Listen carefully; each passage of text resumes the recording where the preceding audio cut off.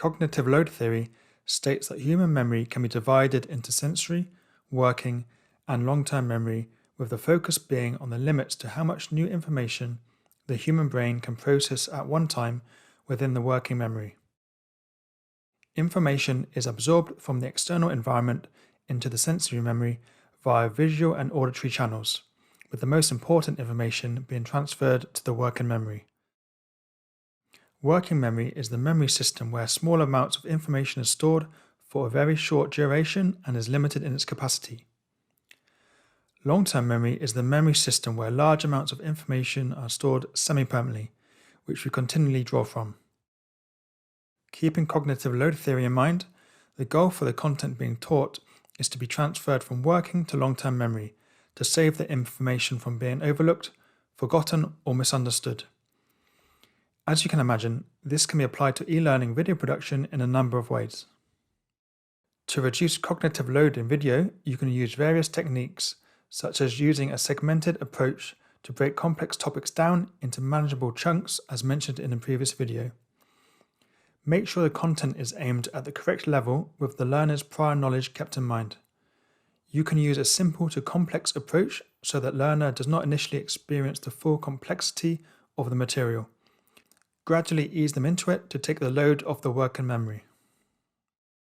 Another recommendation is in terms of the split attention effect. This occurs when learners are required to process two or more sources of information simultaneously in order to understand the material. To overcome this, try not to have too much text on screen and voiceover at the same time. The learner can only process so much information at once, as it's virtually impossible to be able to do both of these things at the same time. So, instead, summarize the text by just adding the keywords on screen, which I have done throughout this course, as you will have noticed. I have tried to limit the amount of text on screen when the learner is expected to listen to the voiceover. Requiring the learner to listen and read simultaneously places a high cognitive load on the working memory, interfering with the ability of the learner to transfer the relevant information to their long-term memory. Another way of overcoming the split attention effect is to take advantage of auditory and visual channels in the working memory. For example, using an animation with a lot of text labels appearing on screen just makes the use of the visual channel.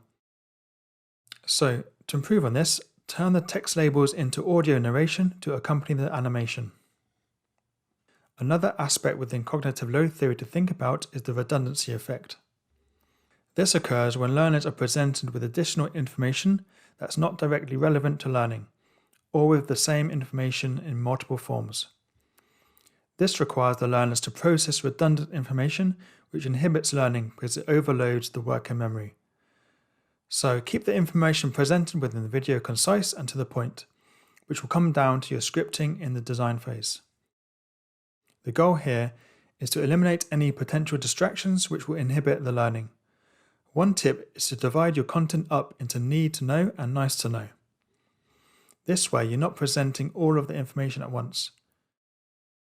You could create a video on the need to know content, then upload an accompanying file or link for the nice to know information if the student wanted to take their learning further. These are just a few principles which are relevant and can be applied to your video production. If you're interested, there's plenty of information on cognitive load theory already out there in the public domain if you wanted to find out more.